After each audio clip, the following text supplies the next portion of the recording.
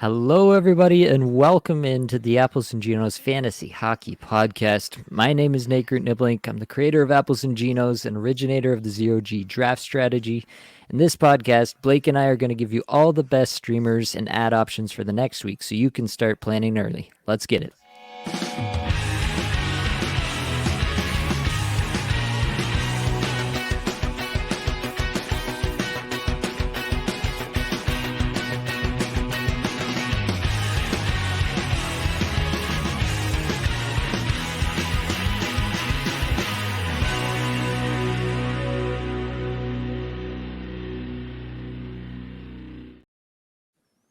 And of course, I have your friend and my best friend, Blake Creamer, here with me. Blake, how are we feeling tonight? Yeah, I'm all right, man. Yeah, we're a little discombobulated here. We're starting late. I can tell you got honey in your voice tonight, Nate. You got a little extra zip, a little extra zest. Have you been dipping into the pixie sticks again? No, it's that like false energy you get when you haven't had enough sleep. That's Oh, kind of okay. what we're dealing with here. Yeah, my youngest is going on 18 months and has still not learned how to sleep through the night.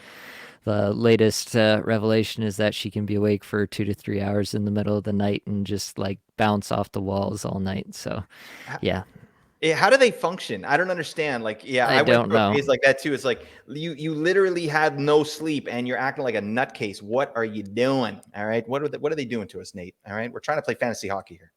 Exactly. There's no consideration for our hobbies None, here. none. All right. Well, in consideration of our hobby, Blake, can you get us started with some newsies? Newsies. Oh, what a huge news day. All right. Probably the biggest piece of news of the day.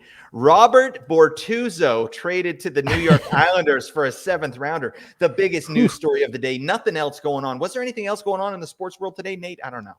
I don't think so. Definitely not in the Toronto area. Yeah, exactly. I mean, Robert Bortuzzo. You ever see that Simpsons episode? No, my son is also named Bort. Remember, Robert Bortuzzo, he's like the off-brand of Tyler Bertuzzi, right? We can't get Tyler Bertuzzi. You want a Robert Bortuzzo? You're like, I don't know. He has a beard. Okay, that's nice. Yeah. Sorry, I'm digressing. Robert Bortuzzo, shout out to you.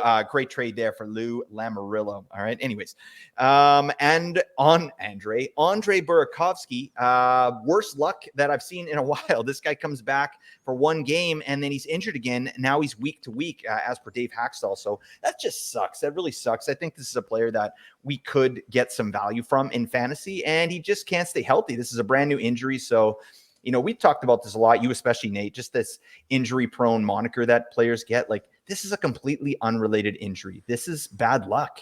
It's just really bad luck. So, but he'll probably wear this moniker, into next season. Like, oh, we're not drafting Andre Burakovsky. It's like, it's a different injury. So anyways, that sucks. But, Seattle's still the stream team. So you find your guys over there. But yeah, too bad for him. Machine Gun Valley. Nichushkin, he was on the ice today for an optional practice. That's really nice. He missed the last two with an illness of some sort. So hopefully he can get back into the lineup for the game tomorrow. This guy's chugging minutes. He's playing over 20 minutes a night in some cases. So he's been great ever since Lehkonen went down. One man's pain is another man's pleasure. Am I right, Nate? That's how it seems to work for Nichushkin for sure. Apparently. So, yeah, that'd be really nice. I think one thing that's been nice with Nichushkin down, our boy, Ross Colton, getting the 20-minute treatment, but putting donuts on the board. Buddy, what's going on with Ross Colton there, Nate? Yeah, I wish I knew. A couple of back-to-back games with no shots despite all the deployment in the world. Yeah, it's not making me look great at the moment, that's for sure. And not making us. All right. I'm with you, buddy. Although you're on the motorcycle, I'm in the sidecar. All right. So that's the level of responsibility here. We're going 60-30. All right. 60-40. Never mind. I can't add. Anyways, let's move on. Nichushkin should be back tomorrow, hopefully. Also in Washington, TJ Oshie. Yeah, he could return here very shortly. He's feeling good. So that's kind of nice for the Washington Capitals. Yeah, he was out after that accidental hit from Matthias Ekholm in the Edmonton game. So, yeah, he says he's been feeling good for about a week, so he could be returning soon. And how about Max Pacioretty? We could see this man this season and soon. Probably, it sounds like he's probably about 2 to 3 weeks away.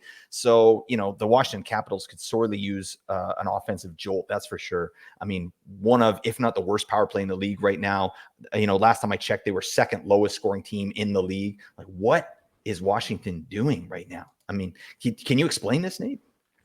No, I don't have a good explanation at the moment. Yeah, I've mentioned it before. They've been a bit of a roller coaster ride. They have gone up and down with their team stats throughout the season, and right now it's down again. We'll see if Kuznetsov's newly located bee in his bonnet helps them out. The Eagle. Yevgeny Kuznetsov. Love it. Anyways, shout out to the Washington Capitals. Hopefully they can start scoring soon. I picked up Alex Ovechkin in 2 places in trades here. I'm shouting, I'm singing this man's praises. But yeah, it's pretty rough with Ovechkin. But I traded him straight up in a bangers league for Evgeny Malkin. So 1-for-1, I got Ovechkin. So that's pretty nice, I think. And then I traded him in my points league with no real banger waiting straight up for Alex DeBrincat. What do you think, Nate, of those? I think I'd probably take DeBrincat at this point, but I would take him over Malkin. Okay. All right. Well, it's not the answer that I was hoping. We can edit that out in post. All right. That's fine. We'll cut it back to the Robert Bortuzzo information. That's what everyone wants to hear anyway. Let's move on. Rasmus Dahlin of the Buffalo Sabres sounds like he could draw back into the lineup tomorrow. So that's good news for them. Owen Power did a nice job the other night. Didn't get any points, but put up a ton of shots, big minutes, like 28 minutes there with Dahlin out. So, but yeah, I think we can expect him to come back. Ukko-Pekka Luukkonen, though, I like saying that. Ukko-Pekka Luukkonen sounds like a machine gun or something. He's not going to be in the lineup. I think he's still ill. So that still gives us a little bit more time to, have a look at Devin Levi, see if he gets another start. He's still up and running. Also, Jack Quinn for the Sabres. He's wearing a regular contact jersey in practice, but we don't know when he's going to return. So, but it's good that he's skating. So he might be available to us this week as a streamer, but we got to wait and see on that one. Okay, let's move on. How about Tyson Barrie, your cousin Tyson Barrie? Back to the Future. 3 scratches in a row for this man. Yeah, this show ain't no good. I don't know, for a team that needs to score a little bit, like benching, probably their second best offensive defenseman. I mean, Barrie can do stuff out there. He's a good player. So I'm not understanding the scratches really. Like, what is your take on Tyson Barrie? Do you think that he comes back into the lineup, or does he get traded? And if so, is this guy fantasy relevant this season? Yeah, I don't think he is really. He needs top power play somewhere to be fantasy relevant. He's a tire fire defensively. He's never been good, and he's gotten worse. So that's probably why he's out of the lineup. Yeah, if you've got Tyson Barrie, he should be off your roster. High praise. All right. Sorry, Tyson Barrie. He sounds like he's one of the most liked guys in the entire league, so I hate this, but that's fine. Also, the Ottawa Senators put Thomas Chabot on long-term injured reserve. So, this is going to keep the floor high for Jake Sanderson and Jacob Chychrun. Sanderson is running power play 1 there, looks like. So, I mean, that's fine. I would love to see Chychrun there. Chychrun's been ice cold. He got an assist the other night, which is really nice. But after a great start, Chychrun's been pretty cold, and that's hard to see because I've got him on like 4 teams. So yeah, that's showing no good. But yeah, it's going to keep the floor nice and high for both these players with some power play time and extra deployment there. Who do you like of those two? Do you think like if Sanderson's on power play 1, are you taking Sanderson over Chychrun on that? I'm still taking Chychrun at the moment. Sanderson does seem to be rounding into form, but I just trust the history with Chychrun and seems to be favored still a little bit at even strength. So I'll take Chychrun. Yeah, lots more shots too. So I like that. Let's move on. We got to talk about Brian Rust. Pittsburgh Penguins. He did not play tonight. He's dealing with an upper body injury. He's still being evaluated, and we still don't have an update yet. So we don't know what's going on there. So in his stead, Riley Smith is getting the top 6 treatment, which he was before. But how about Valtteri Puustinen? Yeah, he's going on the all-name team. Puustinen. I don't know if I'm saying that properly, but yeah, he's up on the second line there with Malkin. So I don't know. And they're now running Letang and Carlson on power play 1 there in Pittsburgh. So it's not really going to affect the power play deployment with Rust being out. But Puustinen is getting power play 2, FYI. So in your deepest leagues, Valerie Puustinen, go pick him up. All right. He's currently 0% rostered, I'm sure. All right, let's move on. Tommy Novak returned to the lineup for Nashville, which is a nice little piece there. He played 12 minutes, 55 seconds the other night. He's a nice little supplementary piece, good streamer for Nashville when they have a good schedule. He can do stuff too. He's got a nice shot, like just a sniper kind of, but not getting the deployment needed. He did have a nice stretch last year when he was getting some some extra deployment, when the season was kind of out of hand there for Nashville. But yeah, I don't know. Any thoughts on Tommy Novak now that he's back, Nate? This is a player like we hear about every now and then he kind of goes away, but he seems like he's got some pretty good offensive acumen. Yeah, he does. He's definitely someone that you can be interested in for streaming purposes. I don't think in Nashville you're getting too excited about him. He's obviously blocked by Ryan O'Reilly. And really what you'd be hoping for is Philip Forsberg exposure and then top power play exposure. So those are the two things to watch for. If he's getting either of those, then he's automatically a lot more interesting. Yeah, absolutely, buddy. All right, let's move on to Arizona, that wagon that finally lost the game. But yeah, Sean Durzi he missed the last game there. He could draw in for the next one, though, so keep an eye on that. But Matt Dumba is the one on power play one. They're just not going to my boy, the juice box, Yusuf Alamaki. I would have liked to have seen some action there, but that's fine. Dumba's doing it, and they lost the game without Durzi, so whatever. But he'll be back in the lineup, cooking up some power play points, hopefully. All right, we'll talk about Mason McTavish now of the Anaheim Ducks. We had initial reports that McTavish would travel with the team on their road trip, and then that was kind of rescinded, and he is staying back to rehab his injury. So yeah, we could be a little while before we see Mason McTavish, but I know you mentioned this on one of your pods here. Just it's interesting to see what Frank Vatrano is going to do without Mason McTavish, because I think that's really been a big part of Vatrano's success is sort of the duo playing together and what they're able to accomplish. And yeah, the Ducks they've crashed down to earth in a violent way. But what have you seen? What did you see from Vatrano the other night? Did you catch any of that Ducks game or even have a look at kind of the box score and see what Vatrano was able to do? Yeah, Vatrano still had a pretty nice game. He had 4 shots in the game. It was against Chicago, so, take that for what it's worth. But at least he did that much. Yeah, we'll see if McTavish can get back. Obviously, they're going to be back home on Sunday here against Winnipeg, so we'll see if McTavish comes back for that or if it's going to be even later. If he'll go on the next road trip that they have coming up. But yeah, Vatrano passed the test, I guess, just not with flying colors. Yeah, this is a player that we're going to have. He's going to be rostered all season, most likely, unless he just goes into a deep funk. But he's getting a reasonable deployment and his underlying stats are showing out, right? He's a shot monster and he always has been. And he's continuing that on with his, with his increased deployment. So that's a nice player. I still can't believe he's rostered over 80% on Yahoo. Frank Vatrano. All right. Boone Jenner is down at 74. Frank Vatrano, 80. That's neither here nor there. Let's move on. We should talk about Boone Jenner. Oh, God. Boone Jenner took a puck in the face. This is the only way to take this man down. You literally have to hit him in the head with a frozen piece of rubber, all right? And that's the only way. He probably wanted to come back out, too, but they're like, buddy, your jaw is going to fall off, all right? You got to stay in there, all right? So shout out to Boone Jenner. He wasn't able to return to the game tonight, so that sucks. And unfortunately, Coach of the Year, Pascal Vincent, said that he's been told to expect that news is more worse than good. All right. And that's amazing grammar. If that's an actual quote there from Pascal Vincent, he not going to do good no more. Thank you, Pascal, for your service. But yeah, Boone Jenner could be out for a little while. That really sucks. But Adam Fantilli's season. Yeah, stop burying this man in the lineup. Get his buns up on those top 2 lines and let's see what he can do. We'll talk about Columbus a little bit later. I love that Russian line. Oh, yeah.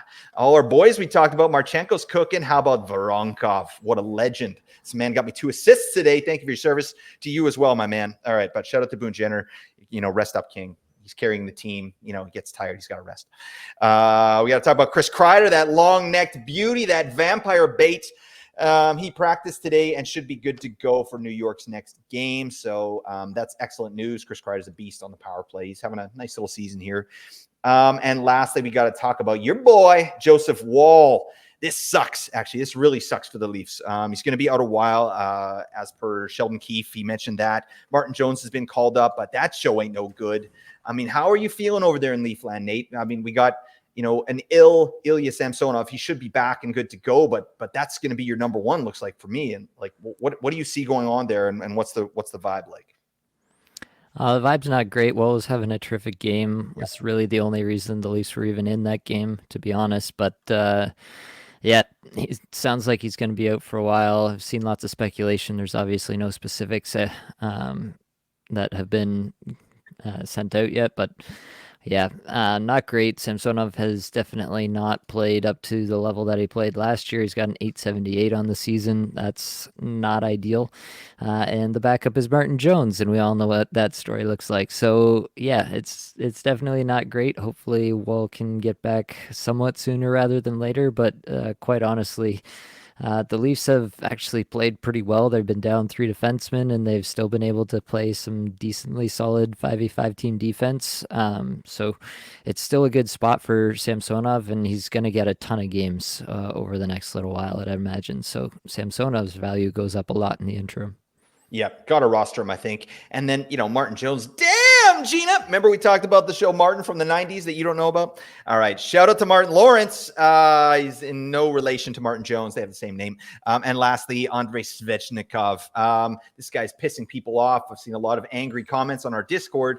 This guy was ruled out of the game like basically after puck drop. It was ridiculous. Couldn't put him into IR, do nothing, so he's been sick. Now he has an upper body injury. So there's no update as to if he plays tomorrow. So that's frustrating. He's coming off a major injury and it's been a really slow start for Svechnikov. I've seen lots of people talking about him. To me, he's a hold. You got to hold Andrei Svechnikov and kind of wait for this to kind of right the ship. But yeah, it's not good times right now, especially Svechnikov. Doesn't feel good to roster him. But that's about all we got for the newsies. Nate, why don't you run us into the next section here, my man? All right.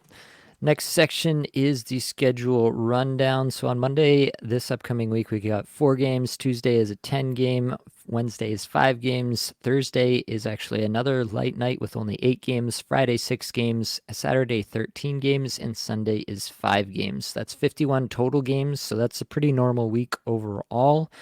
There are 4 teams that open the week with a Monday, Tuesday back-to-back. Those teams are Arizona, Calgary, Detroit, and Toronto.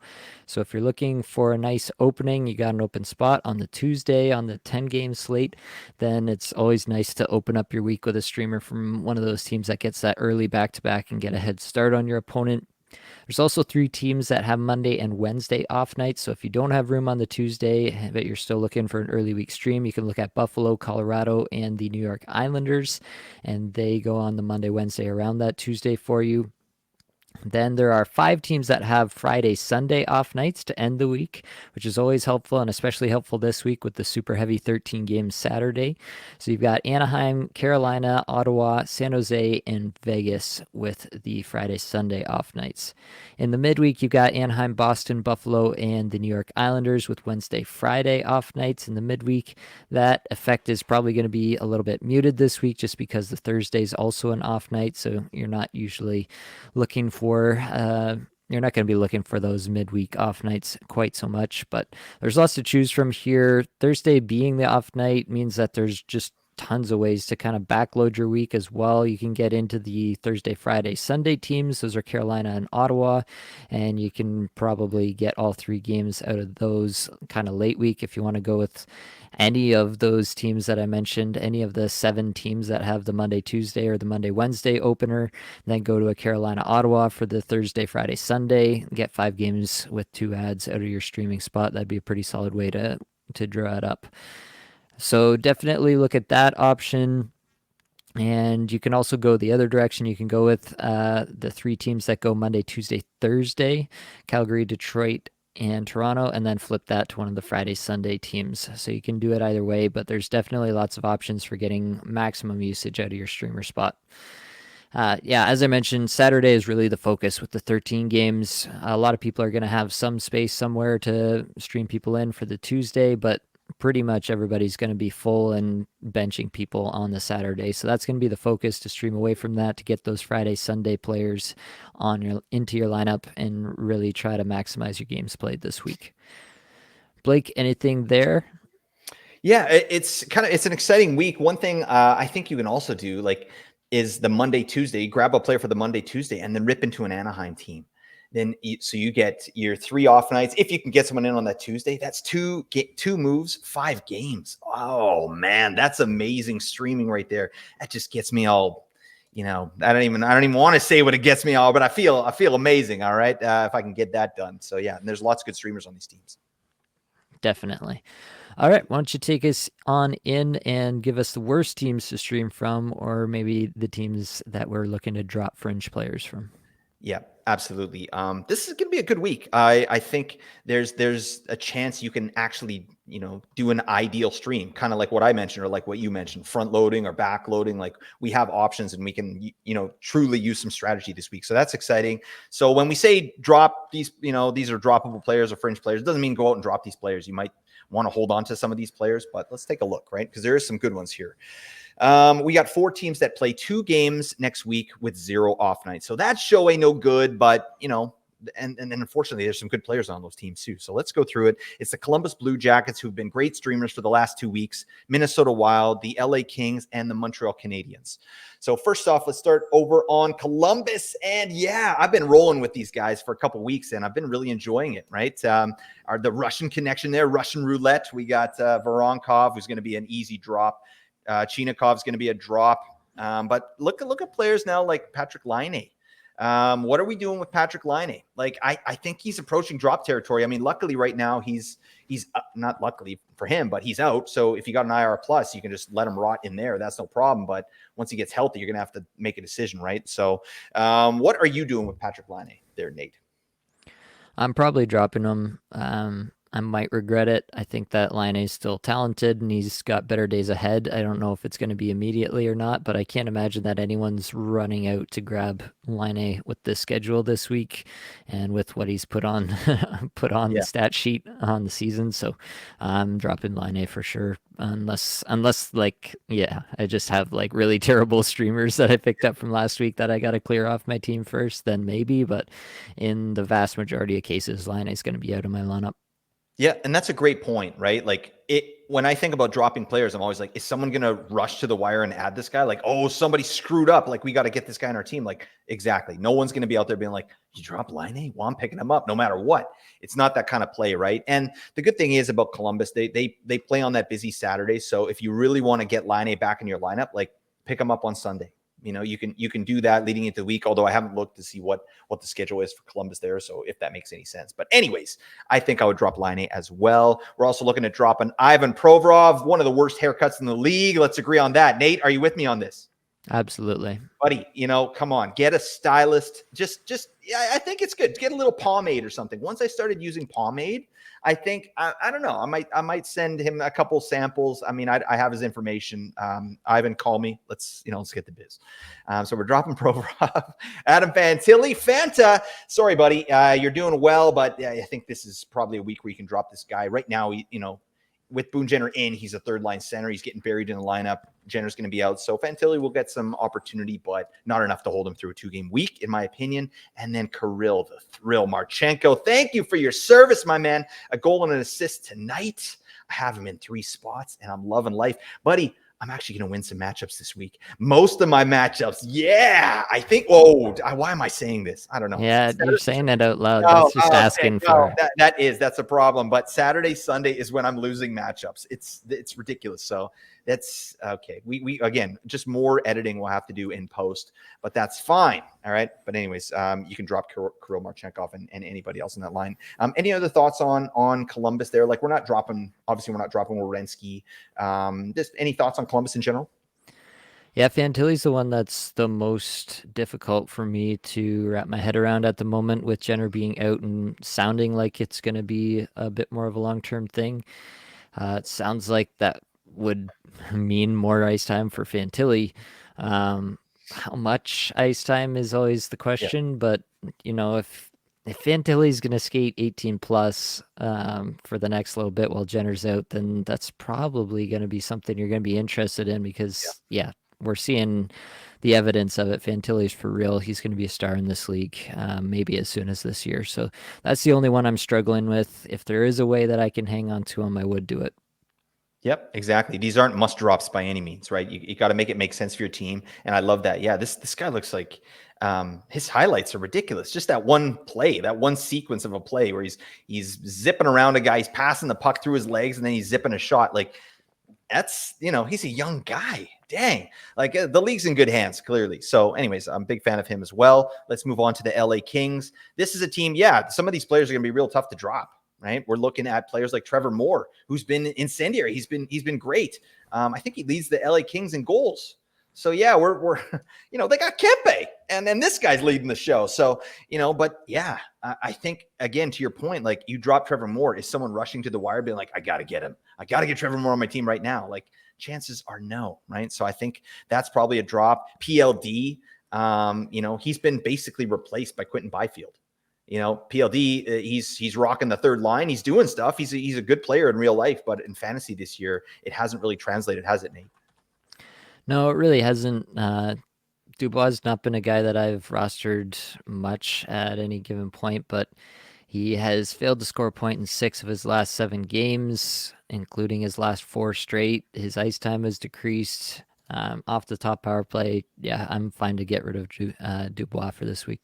Yeah, it's too bad because that was kind of an exciting signing, right? But it just, when you actually look at the makeup of the LA Kings and the way they roll their lines, like, I think we both sort of saw this coming, right? Like it's not going to be a player that's all of a sudden just point per game because he goes to a better team, right? And then we're talking about Quentin Byfield. Yeah, this guy has 5 points in his last 5 games, including 4 goals. And yeah, and he looks good doing it too. So that one's a little bit tough for me. This guy's 45% rostered. I think he's a rest of season guy. I think that, you called this a long time ago, and I'm along for the ride. I'm really impressed with what I see from this kid. And LA is obviously a good team, and he's got a good spot there. But I don't think we can hold him through a 2-game week. I mean, what are you going to do with Byfield? Yeah, I'm holding him. I think the ceiling is just too high. I can't, in good Beautiful. conscience, let him go and then experience what it could be if he goes off for the rest of the season on somebody else's team. So I am going to be holding Byfield. I feel pretty confident that it would have to be a pretty extreme situation where I'd be dropping him. Love it. I actually don't have him anywhere. I didn't get on the Byfield train, but yeah, I mean, this guy looks like a beauty. So there you go. Nate's holding Byfield for the 2-gamer, everybody. There you go. Book it. And we got to talk Philip Deneau as well. He's been playing pretty well, but I think that's probably the easiest drop out of these 4 guys here. So that's my 2 cents on that. Any other thoughts on LA there? No, I think you got it. Let's Cool. talk Minnesota. We're looking at players like Jared Spurgeon. Yeah, the block party. Get the hell off my team. I don't think no one's rushing out to get Jared Spurgeon. And he hasn't really been as valuable in Cats leagues as he has been historically. I mean, he's coming off injury, but he's starting to pick it up. He's getting that power play time, but it's whatever. 2-game week. Thank you for your service. We're also probably looking at players like Ryan Hartman and Marco Rossi. Hartman actually replaced Rossi on the top line there in the last little bit of the game. I didn't see the deployment in the game tonight. Did he spend the whole game on line 1? Or do you know, Nate? So Hartman took over for Rossi, but it looks like, from what I'm able to glean from the game here tonight, that Rossi was back on the top line in this game. So it seems like that was just a blip. Okay.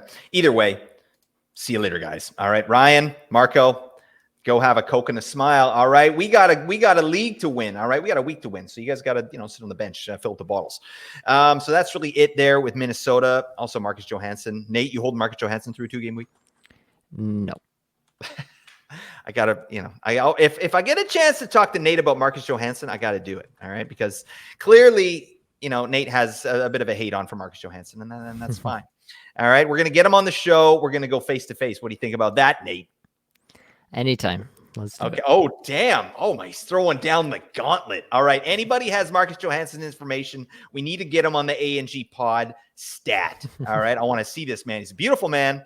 Anyways, let's move on. We're going to Montreal. And yeah, you're pretty much everybody. See you later. What are you doing with A&G poster boy, Nick Suzuki?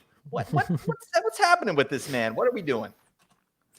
Yeah, Nick Suzuki, aka Casey Middlestat. I'm not sure what to do with them, to be quite honest. I think you're probably holding him. This is probably a player that people would go out and pick up if you dropped him, but do I think that he's super useful in a lot of leagues? Like, he has 1 goal in his last, I don't know what that is, going back to November 11th. Okay, yeah, you got to He's go got back a 1 ways. goal going back to November 11th. So, yeah, I don't think that the Canadians as a team are doing him any favors. I don't think having Yuri Slafkovsky on the top line and top power play is doing him any favors either. But yeah, it's just a player that I don't feel super strongly about. I don't feel like dropping him is going to lose you your league, and I don't think hanging on to him is going to win you your league. So obviously depends on your league, but like in a 10-teamer, I think I would be Yeah. dropping Nick Suzuki most likely.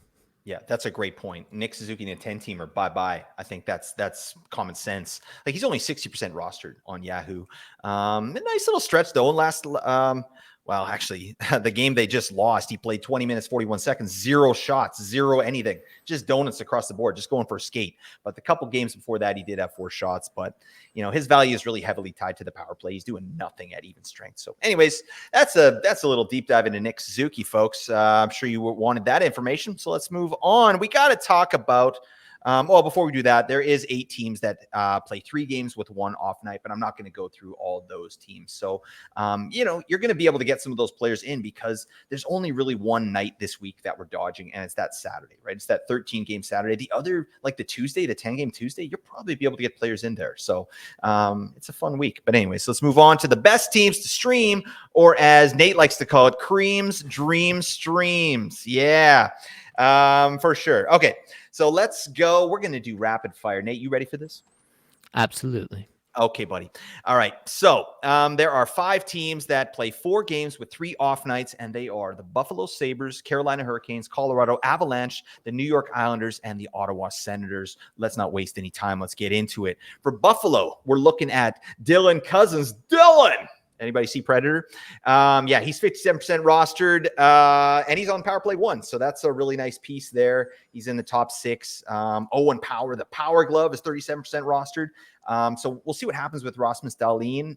Power's obviously his value goes up. I thought he had a great game there. I did get to watch a little bit of it too, and a crazy amount of deployment. But yeah, he's still, his floor is decent just because he's still getting reasonable minutes. And then how about JJ Peterka? Yes, sir. This guy is doing the thing. His shots on goal per 60 are up there, right? He's approaching 10 shots on goal per 60 on the season, I think, or he might be just over it. So I love to see that. And he's getting featured a little bit. I like that. And he's only 29% rostered. So yeah, any thoughts on JJ Peterka there, Nate? Because this is a guy I think we should probably be watching. Yeah, I do like Peterka. It's going to be interesting to see what happens when they have their full complement of forwards there. When Tuck comes back, what exactly they're going to do. Right now, they've been running Thompson. Well, I mean, it's only been a couple games since Thompson's been back, but they've been running Thompson on still the top line, obviously, if he's on it, but with Skinner and then Middlestat in the middle, and then Peterka obviously on the second line with Cousins and then Zach Benson. When Tuck is back, you would expect that Benson would be the guy to get bumped from the top 6, but yeah, Peterka is a natural right wing, and Tuck is a natural right wing, and Thompson has been playing right wing on the top line, so definitely there's going to be some sort of shifting or moving guys around to make all this work again when Tuck does come back. So that's the kind of only potential fly in the ointment for Peterka that I see. Oh, fly in the ointment. So descriptive. Damn, it's like you're a writer or something. Jeez. This guy paints a vivid picture. I love that. All right. And then, we did talk about Casey Middlestat, your favorite player. I am a big fan of Casey Middlestat. All right. 26% rostered. This guy's still out there. What does he have to do? All right, he's getting over 20 minutes. He's pumping points, goals. He's doing well. He's doing the thing. Hashtag, I'm going to say it again. All right.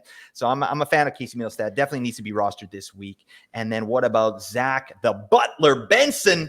Yeah. We'll see what happens. Obviously, his value is, decent while Tuck and Greenway are out of the lineup. And then, yeah, Jack Quinn as well. We mentioned he's taking contact, but still not likely to go just yet. Who you like out of that group there, Nate? Yeah, I think Middlestat's probably going to run into some points, although I will say that for a guy that I'm touting as a potential streamer this week, it is a little bit disheartening to look at his stat lines from the last few games here and see 2 of his last 3 games he skated 21 and a half minutes or more and put up absolute zeros across the board. Hey, come on. That is part of the potential problem of rostering Casey Middlestat is you will get some games like that. So keep that in mind. But obviously, top line, top power play alongside Tage Thompson, I roster just about anybody getting that deployment. You damn Skippy, you will. All right. Shout out to Casey Milstat. Yeah, that team's got a lot of really good streamers for the week here. Let's move on to Carolina. Nothing could be finer. We're looking at the bunt cake, Michael Bunting. Oh, do we have to? God, I don't think I've ever rostered Michael Bunting. It's a principle thing. I don't even know. It's something about the guy. I'm not feeling it, but yeah, he's out there. And then Jesperi Kotkaniemi. I've got him in a couple spots, and I think he's not really doing anything. But those are your options. Kotkaniemi's a center only as well, which kind of sucks. But I don't know. What about? I've been looking at players like Jacob Slavin and Brady Shea. Like they're out there, right? I picked up a couple for next week just in anticipation. What are your thoughts on Carolina here, Nate? Yeah, Slavin's a little bit interesting just because of the power play 2 that he's getting right now. He has on occasion shot more. At the beginning of the season, he was shooting a ton, then it went away. He's had a stretch lately where it has been pretty bad, and then he had a random 6-shot game against Edmonton.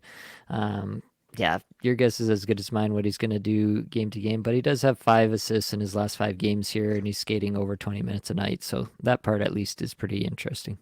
Dear God, Slavin Maven. Yeah, he's Professor Frank. He'll make you laugh. He'll make you think. And then the thing with the person. Oh, God, Nate's. Yeah, whenever I go off like this, I always think of the Oscars when that music comes on. They're like, get going, right? Like, get going, right? And we will. All right. I'm getting the hint. Let's move on. Colorado Avalanche. We got to talk about our boy, the Apples and Genos stud, Bowen Byram. Yeah, he's out there. You got to get him. And while you're at it, go get yourself some Ross Colton. All right. Just don't try and get him on Cameo. All right. He doesn't answer the email. We tried to get, I thought we could be friends and it just didn't happen. But yeah, Bowen Byram, Ross Colton, both options. And then if you're really desperate, Jonathan Drouin. Is that where we're at, Nate? Are we getting some Drouin action here? What's he even doing lately? I'm actually like, if Druin's going to skate 25-22, which is what he skated in the last game here, yeah, I'll roster Druin if that's going to be the case. Obviously, I think when Nichushkin gets back, then all this kind of goes back into the blender, and you probably get Nichushkin getting a ton of deployment and Druin not so much. But I mean, yeah, whoever sticks on the top power play is going to be of a lot of interest between Drouin and Colton. That's really the biggest thing to watch for sure. And then, yeah, Byram is always going to be a guy that I'm willing to roster. I think that he should have standalone value at some point this year, but as a streamer, I'm always going to be willing to take that stab if I need another defenseman. We're going down with the ship, everybody. But I like what I see. I mean, he's got 2 goals and an assist in his last 5. That's all right. He's doing stuff. So, and he's getting over 20 minutes deployment as well in those last 5 games. So I do like that. So I'm a big fan there. And yeah, Colton, come on, buddy. Like I was so excited to see that 20 minutes. And yeah, it just hasn't really materialized, but he needs more than just a moonlight on that. They need to, I would love it if they prioritize him a little bit more. When you look at that power play 1, like, damn. Get Colton out there, and keep him there. Like Jonathan Drouin, no, get the hell out of my sight. Colton rocks on power play 1 once we get Nichushkin back, and let's see what goes on. But anyways, I like that. I didn't know that Drouin was getting such a crazy deployment there. It's so weird that the way Jared Bednar does his deployment there. It's like all the bottom 6 guys get like 6 minutes of ice time, and then the top 6 are all over 20 minutes. It's bizarre. All right, we got to talk about the New York Islanders, and it's pretty simple over here. We're looking at Captain Anders Lee and then Kyle Palmieri. All right, you interested in either of these players, Nate? Yeah, Lee has actually had a couple of decent games as of late. Most recently against the Blue Jackets, he had 6 shots, 3 hits in 15:46. He's still not getting power play deployment, so that part's kind of annoying. Palmieri is the guy getting the power play deployment, and he's been pretty decent, 2 goals and an assist in his last 4 games here, and usually shoots 2 or 3 times. On average, he's probably around 2 shots per game on the season, so does a little bit of everything and gets on the top power play. So Palmieri's the guy I would go with first, actually, even though Lee is the guy who's been more rostered. Beautiful. And then Anders Lee's great in a Cats league. Usually does that. So, yeah. Islanders. I'm not excited. If you want an Islander, just go trade for Matt Barzal. The man is losing his mind. All right. He's got an insane amount of points in the last few games here. 11 points in 4 games. Matt Barzal, thank you for your service. That fleet-footed gazelle out on the ice. Love Matt Barzal. All right, let's move on. Ottawa. All right, we're looking at Vladimir Tarasenko, Josh Norris, and Matthew Joseph. Tarasenko's put a nice little stretch together here. Still 48%, so he's out there. That was bolstered. He did get an empty netter the other night. But yeah, out of Tarasenko and Norris, I mean, obviously we're taking them over Joseph. Who are you taking first? I think I would take Norris first just because of the top power play deployment. And as I've said a little bit recently, it really looks like the underlying numbers are starting to come around. If you're in Bangers Cats, then Norris does that as well. He's a bit of a Yep. hitter. So that's one more reason. But also Norris is center only and Tarasenko's right wing only. So if that factors into it, then I can definitely see the reason to take Tarasenko just for the positional eligibility if you need it. Yeah, both should be added this week, right? With a great schedule, 4 games, 3 off nights. Yeah, you need to have both those players on your roster. All right, prioritize Norris, Chuck Norris. All right. I don't have a Chuck Norris joke prepared, so I'll have to work on that. Let's move on. We got to go on to the next team with a great schedule, and that is the Anaheim Ducks.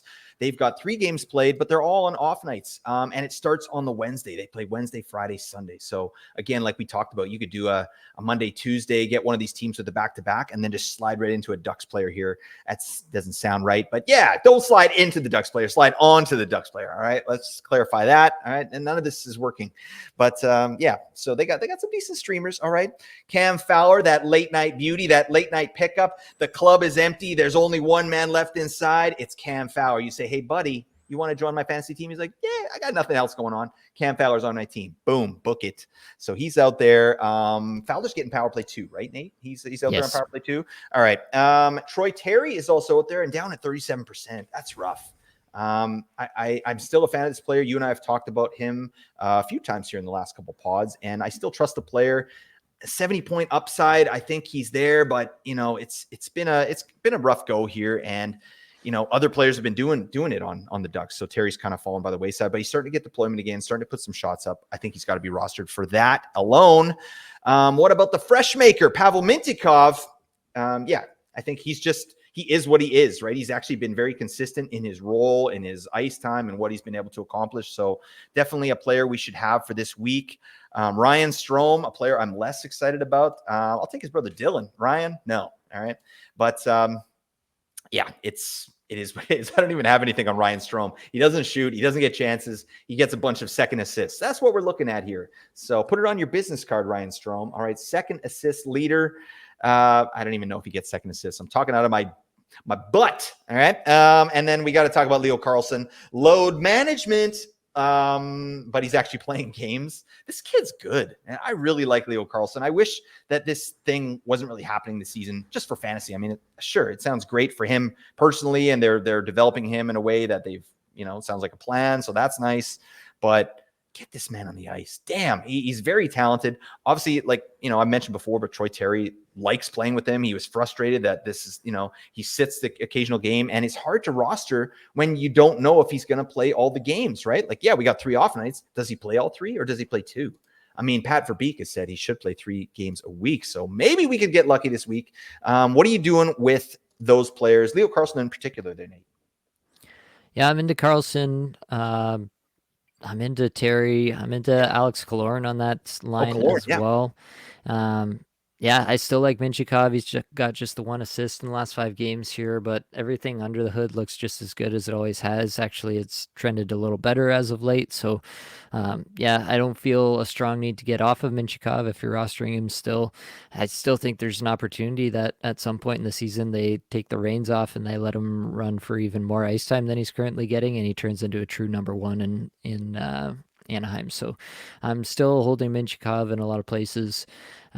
Yeah, overall, I guess if I had to pick one, I'd definitely pick Terry first because I do think that at some point he really does come untracked. He's actually in the last 4 games here, in 3 of the 4 games, he's had 4 or 5 shots. So, Love it.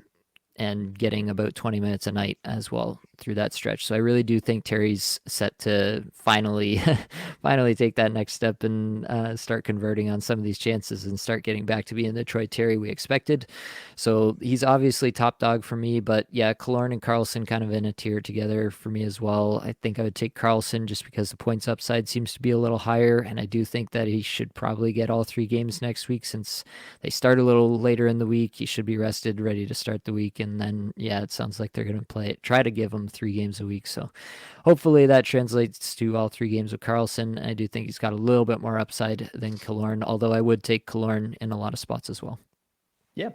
No, love that. Some good streamers there. Terry hasn't scored since he got that hat trick. Oh man, that's rough. But yeah, I'd love to see that his ice time is obviously flying and he's trending up with his shots too. So big fan of Troy Terry. Hopefully he can get his crap together. All right, let's move on now. There are 5 teams that play 4 games with 2 off nights. And Nate, I'm just going to rattle off some players to you, and I want you to kind of tell me how you would roster them. Let's do that. So starting with the Arizona Coyotes, we got the beefer Lawson Krause. We got Nicholas Schmaltz, Logan Cooley, Matthias Michelli, your favorite Alex Kerfoot, Jason Zucker, Jay-Z, the Juice Box, Yusuf Alamaki, and Matt Dumba. How are you ranking these players? What's your priority on the Coyotes there, Nate? Yeah, Schmaltz is always going to be top dog for me. Yeah, he's just easily the best of all of those guys. Then Lawson Krause has really, in my mind, kind of turned a corner this year. Nice. I think that he's gained a lot of chemistry actually with Michelli. So those two together actually seem to be making a really solid pairing. So Krause is a clear second to me, and then I would take Cooley just for the deployment, then Michelli, then honestly throw the rest in a blender and see what comes out. I don't want to be rostering any of those guys unless it's the absolute deepest of leagues. Put them in the waste paper basket. All right. Sorry, guys. But Krause is actually, he's getting some really good deployment and he's a beefer. All right. So if you're in Cats leagues, I mean, Krause, he goes way up. Jason Zucker, too. All right. He's still a hit monster. I don't know what happened to him last year. He got pissed. Someone whizzed in his cornflakes at the beginning of the year and he didn't forget about it and carried a grudge the entire time. So yeah, there you go. And definitely keep an eye on if Jersey is back in next game because Dumba is running that power play 1. So that could be a nice little piece there, especially for that Monday, Tuesday back-to-back, depending on if Jersey gets in there. All right. So there you go. That's what we're doing from Arizona. Next, we're moving on to the Calgary Flames. Unfortunately, one of the most frustrating teams in fantasy. Okay. So same drill here, Nate. We got Nazem Kadri, Noah Hannafin, who's now on power play 1 and has been for a little bit. Jonathan Huberdeau, the beleaguered Jonathan Huberdeau, the 55-point wonder. Mikhail Backlund, Blake Coleman, Andrew Mangiapane, and then Connor Zary. All right, what are you doing with these players here on Calgary? Yeah, easy to say as he's the most rostered here, but Nazem Kadri, 45% rostered on Yahoo. He's got a goal and 3 assists in his last 5 games here. He's got a 6-shot game in there, a 5-shot game in there. Pretty solid stuff from Kadri. I think he's easily the safest of this group. I do like Hannafin as long as he's on that top power play. Definitely worth rostering. He's going to go up and down a little bit. He's definitely not like some sort of elite offensive talent, but he's skating like 25, 26 minutes a night in some cases here.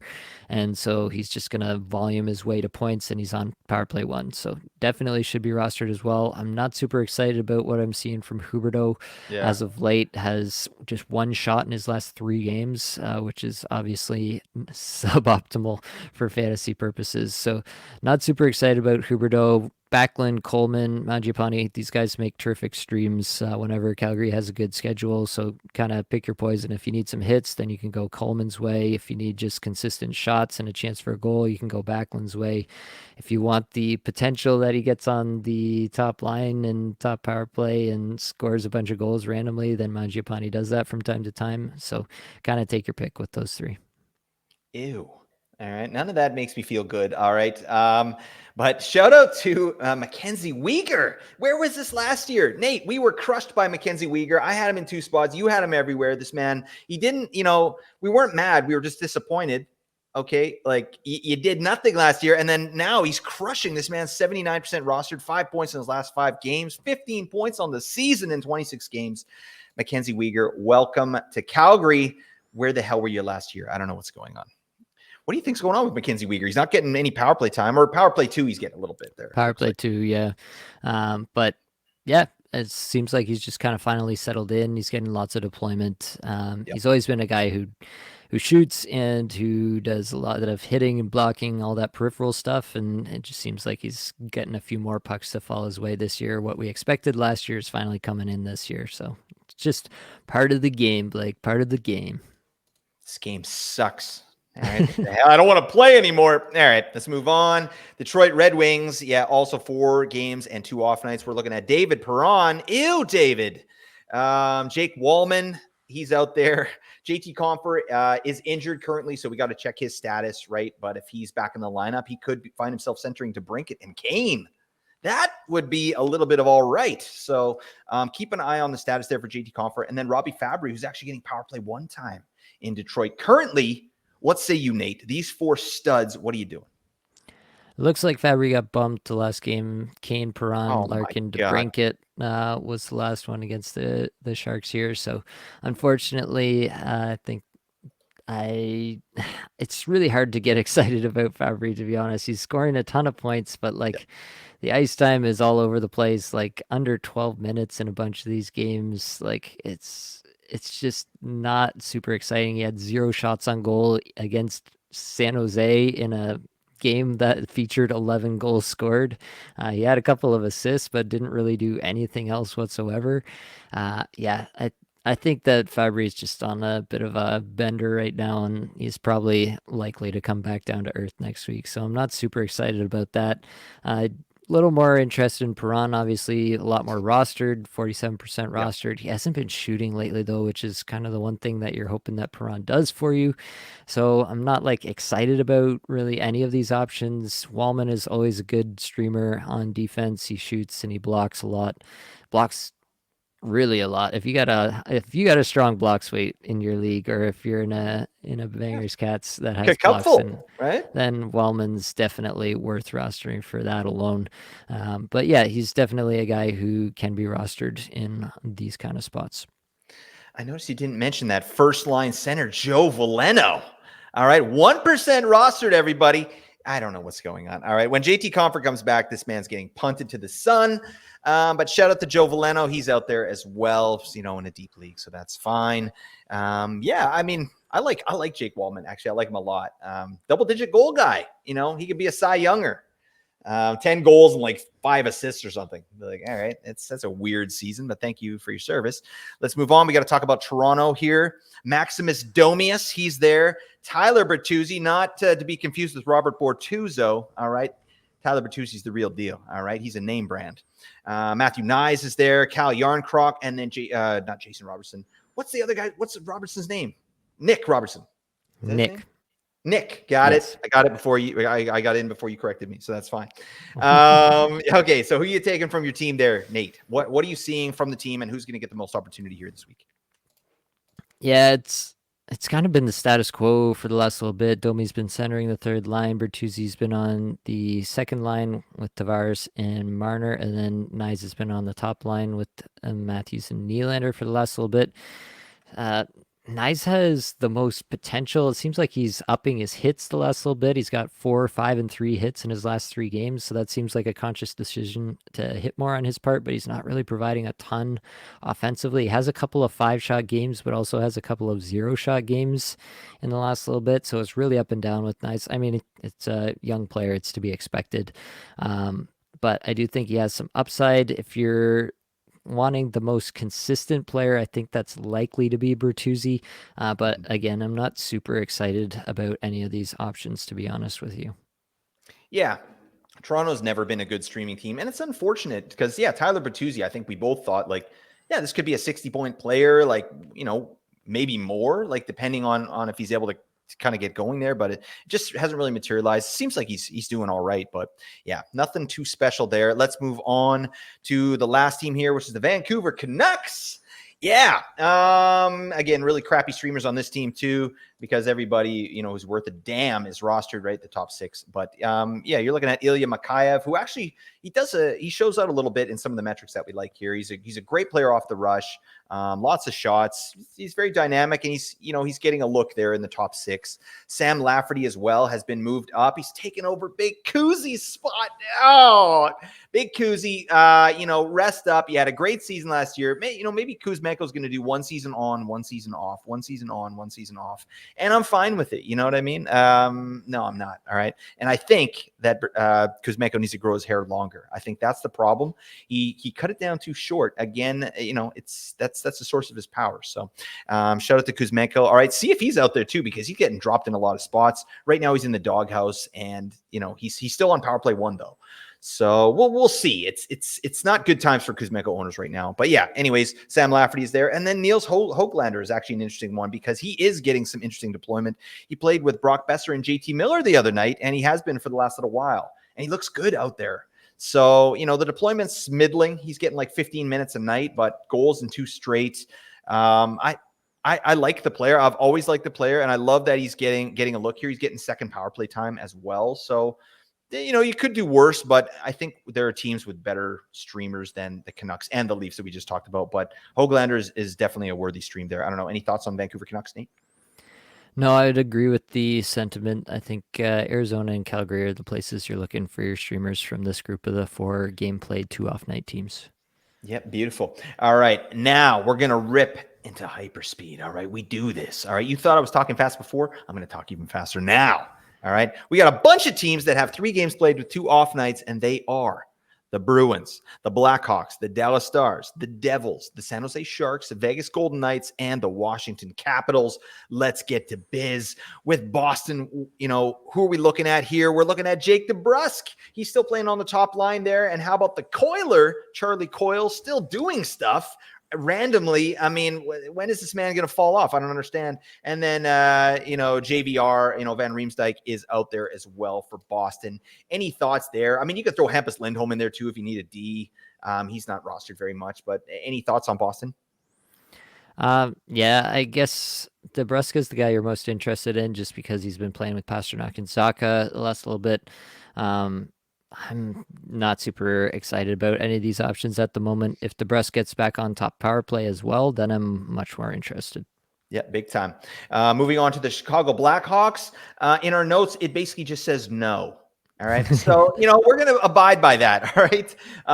There's some Blackhawks out there you could get if you wanted to. I mean, depends on your format, right? There's guys like Connor Murphy who are valuable in like a Cats league or something like that. But I mean, Kurashev, maybe. I mean, why? Anthony Beauvillier. These are players you can definitely get. They're out there. But, you got to ask yourself one question.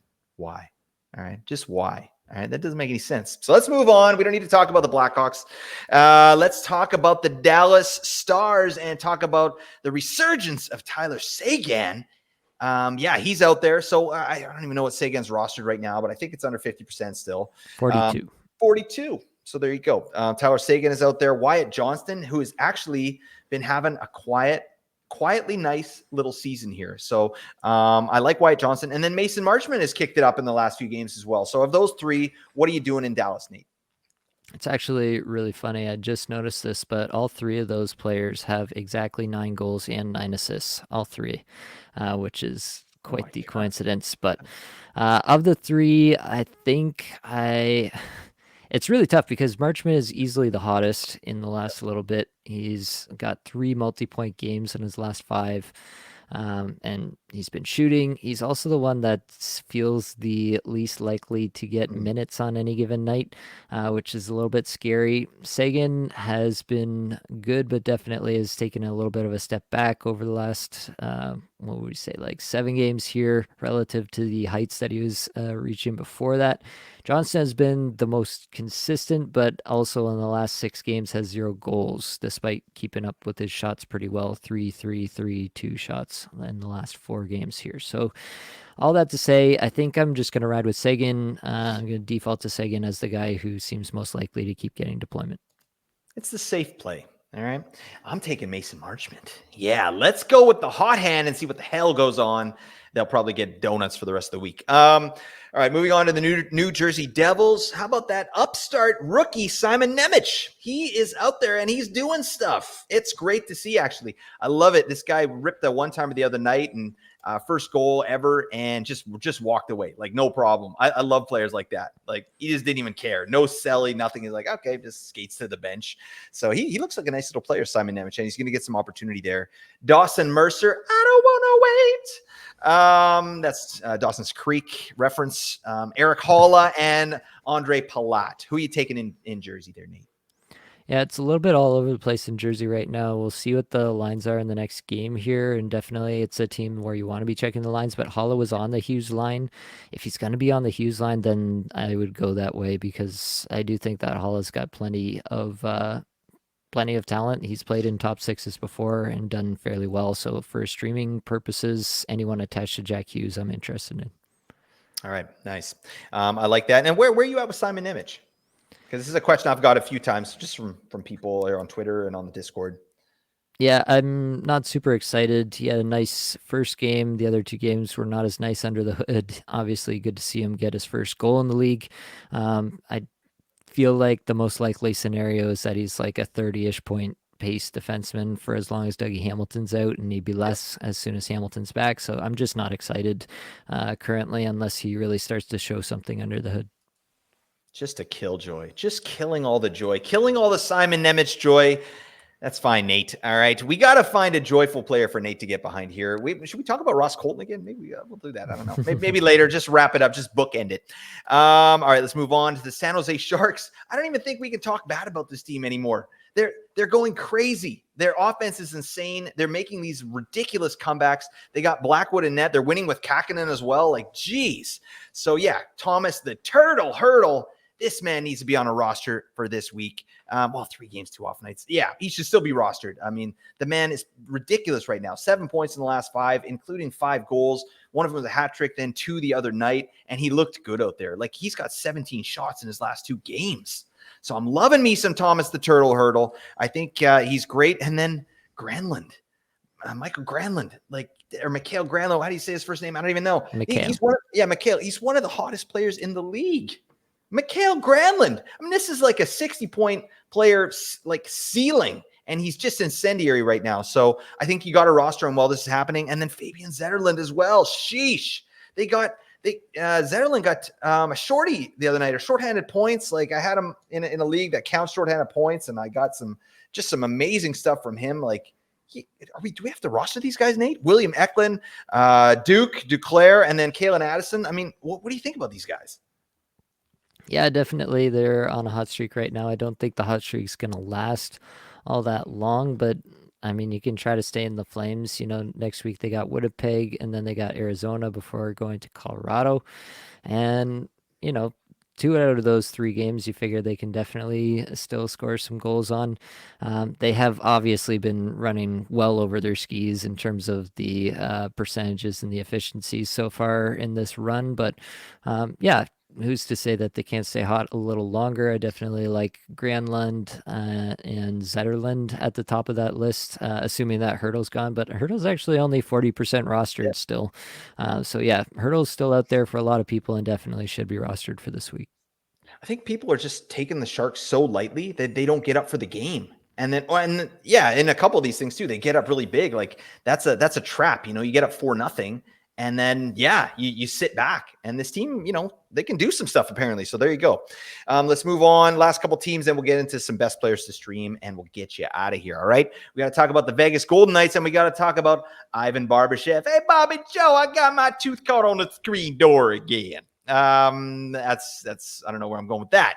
But yeah, Barbashev, top line. He's getting that deployment. So he's out there. Chandler Bing, Stevenson also, and then Paul Cotter. I don't know. I'm not going there. How about Mike Amadio? Is he even still with the team? Shout out to Mike Amadio. What are you doing with any of these Vegas boys? I'm not super excited. Barbashev is the one getting the most points of late, still playing on the top line with Eichel. So obviously you like that exposure. If I was forced to pick a player from Vegas, it'd be Barbashev.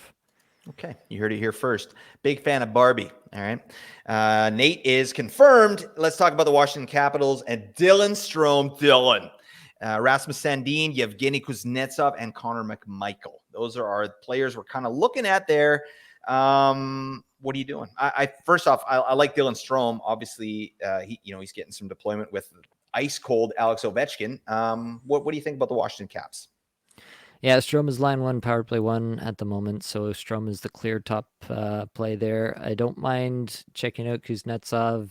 Should be kind of motivated. Skated almost 21 minutes after coming back from that healthy scratch. So, yeah, I don't mind Kuznetsov either. McMichael's on the top power play at the moment, which is why he makes the list for me. But yeah, you're gonna balance out games like he had where he had a multi-point game where he goes the next 3 games with nothing. So that's a very, very deep league play. Deepest of deep leagues. That's it. I messed up my words. Nate, tell us about the best players to stream and do it now. All right, let's talk about the best players. I'll give you a little ranking here. So, at the top of the list, I've got a bit of a tier, I would say. So, obviously, I'm considering here what I think you'll be able to get into your lineup. So, I'm basically choosing from the teams with the 3 off nights that I'm sure you're going to get into your lineup. So, Casey Middlestat, Josh Norris, and Troy Terry kind of make up my top tier here. Some people may wonder if I should be including Terry in that top tier. You don't have to include him if you don't want to, but that's the way I see it. Those 3 guys, I feel pretty confident in getting some points next week for your squads. Leo Carlson might make that tier, honestly, if we weren't just a little bit unsure about whether he's actually going to play in all 3 games. And then beyond that, you get into so Carlson, Tarasenko would probably be the next tier, and then another step down, you go to Paterka, Palmieri, and then at the bottom of the list, you got Bunting, Colton, and Drouin for me. Who's the worst player on that list? The bunt cake. What are you All right. doing? What are you doing? Get him out of my seat. I'm stoked about Jonathan Drouin. In fact, I didn't recognize that his ice time was so crazy. So that makes a lot of sense. If he's getting 20 minutes on the power play, damn, give me some Jonathan Drouin, give me some JD, and get Michael Bunting the hell out of my sight. Fair enough. All right, let's move on. Talk about some players you can pick up for some hits. Definitely Matthias Samuelson and Eric Robinson from the Buffalo Sabres are good for hits. Cal Clutterbuck from the Islanders, Parker Kelly from Ottawa, and Jake McCabe from Toronto. Toronto does only have the 2 off nights, so you double check that, but he is a defenseman, so it's usually a little bit easier to get these defensemen in there than it is to get forward. So that's why I figured I could squeeze McCabe in there. There just weren't a lot of compelling options, honestly, from the other teams. So that's why I went the way that I did there. Then for blocks, you got Ryan Pulak. Basically, you just got all the Islander defensemen. You got Ryan Pulak, you got Alexander Romanov, you got Scott Mayfield, all atop the list there. And then you go on to Jacob Bernard Docker from Ottawa and Josh Manson from Colorado. Any interesting players from that list? No, none. All right. I'm punting hits and blocks for the week. Book it. It honestly wouldn't be a terrible week to do that. There's none of the like truly elite hitters or elite blockers are in this group. You can definitely get by with some good blockers from the Islanders if you need them, though. All right, next segment here. Best players to add for the future. And Quint Byfield is going to top my long-term plays list for the first time this season. Yeah, the shots are coming up. Everything's just coming up Byfield right now. Anybody who saw that power move where he scored, just totally destroying the defenseman with size and speed. Like, you got to see what I've been talking about with the ceiling for this player.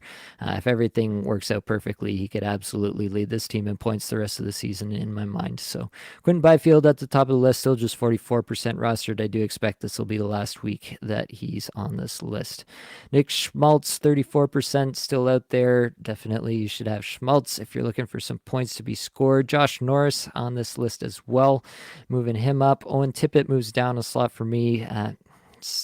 Every week that goes by, it seems a little less likely that Torts is ever going to use him in the kind of role that we want to see him. So slips a spot this week, and then I'm bumping up Troy Terry to make the list here this week with him being officially rostered in only 37% of leagues at the moment. And then sub 20% rostered, I'll throw out Leo Carlson here. I do think he should be rostered in a lot of leagues, obviously, even if only for the off nights, quite honestly. You should definitely have some Leo Carlson in your life if you're in a deeper format. Sub 10% roster, there's a bunch of guys I'm throwing around right now. Tyson Forster, Matthias Michelli, Colton Sissons, all guys getting various degrees of deployment, but all having pretty solid success, quite honestly. I think I'm going with Forster as my top guy there, though. Blake, what do you think of my long-term plays? Yeah, love it.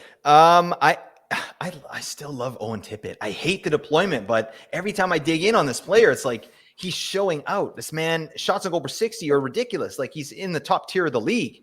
So yeah, he's like a luxury stash at this point. But I do like Thomas Hertl too. I think it's reasonable to throw him on your, like, he should probably be rostered, right? The guy's getting over 20 minutes and, like, can have stretches like this on this team. Damn, pick him up. So I think he could be thrown in there too. Fair enough.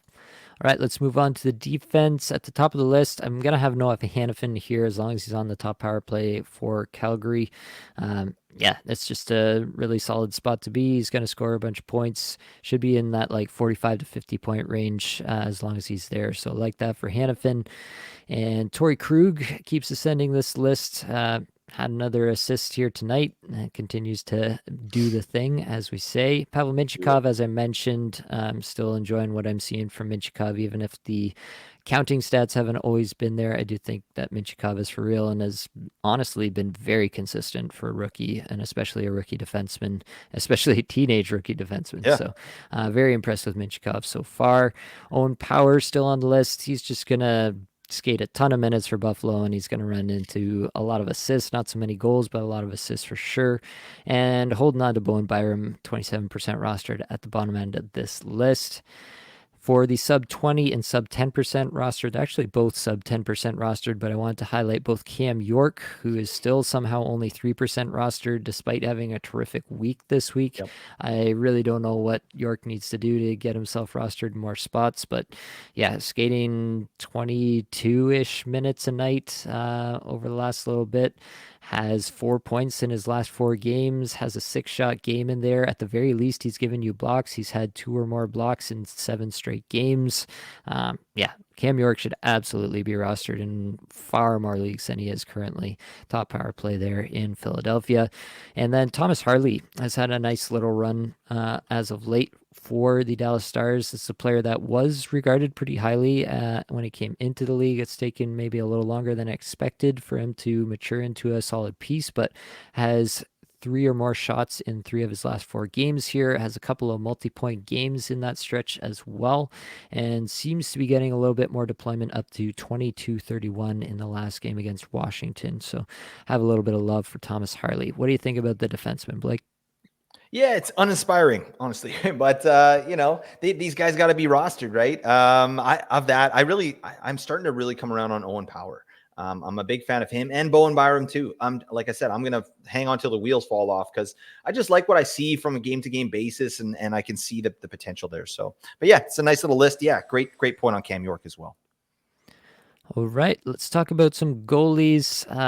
Yeah, it's always going to be a little rough talking goalies in this range, but I do think there are some interesting options out there. Elvis Merzlikins still going to be a top guy. Obviously, he is out until next week, and Yep. Columbus only does have the 2 games next week, so take that for what it's worth. But Merzlikins has been a huge volume starter so far and has played honestly quite spectacularly despite the bad protection in front of him. So do like Merzlikins a lot, and if Pascal Vincent ever were to go out and a coach with some sort of semblance of a defensive structure were to come in there, then I think Merzlikins could actually have a terrific season. So do like Merzlikins still. Charlie Lindgren, I do like in Washington. Kemper has been awful, and Lindgren has actually been quite good.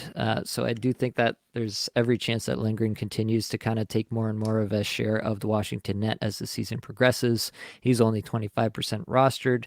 And then Alex Lyon, we mentioned him last week, and yeah, he's continued to just play pretty well. Ville Husso gave up 6 to San Jose in the last game, and the Lions going to get his chance to go up against Ottawa here on Saturday. So we'll see how that goes. But yeah, it seems like he's being given every chance, and he's got 4 straight wins. So definitely doing the thing at the moment. Sub 25% rostered. Have to mention Anton Forsberg, who's gotten 3 straight starts for the Senators. Not sure if that'll really last. Obviously, it didn't go so well against Toronto. Had 4 goals against on only 22 shots.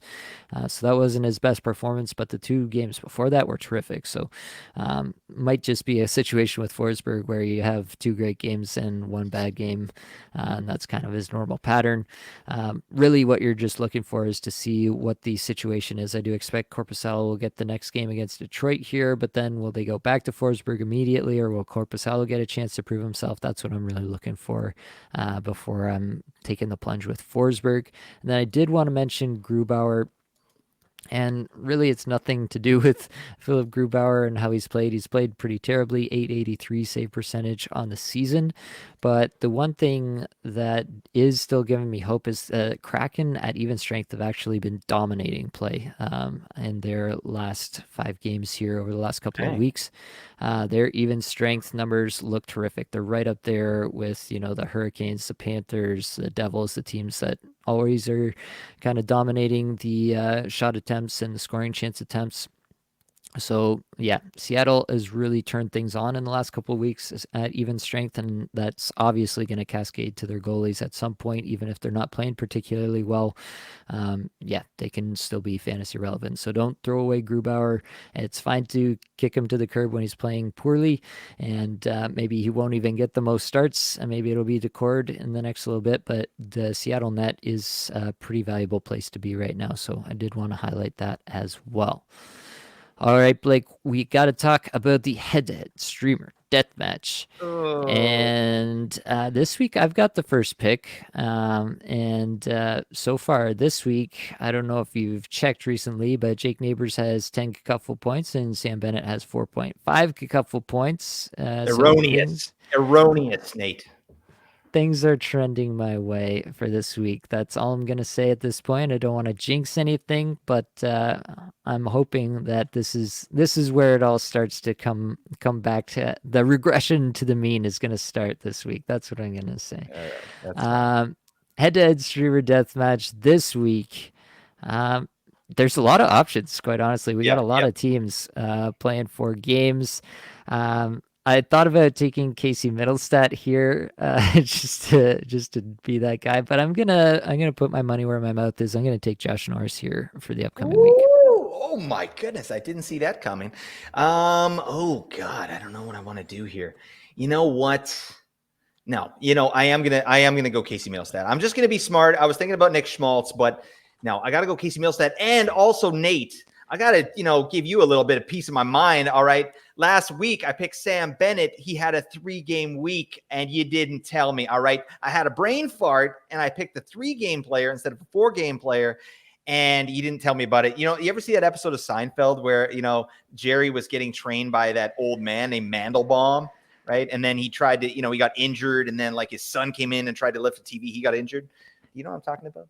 I have not seen it. No. Oh my God. Well, anyways, the TV is bolted to the ground, and this guy goes to lift it, and his dad knew that it was bolted to the ground, and he didn't tell him about it. Right. And he lifted it, then he hurt his back, and he's like, why didn't you tell me? He's like, I really thought you could do it. So maybe that's where you were coming from. You thought that I was making a decision that, that could actually work. Is that where your head was at, Nate? I think my head was at I am down 6-1 in this so far, and so I need every every advantage I can take. Yeah, So, well, Bennett's not doing me any favors, but yeah, we still got one more game. All right. Neighbors, no. Bennett, yes. Let's go. all right. Well, that's all we've got for this episode. Hopefully, it brought you some value. I hope you get a little bit better at fantasy hockey today. And many thanks to the band There for supplying the music for the podcast. Be sure to check out their Spotify as well. That's it, folks. Much love.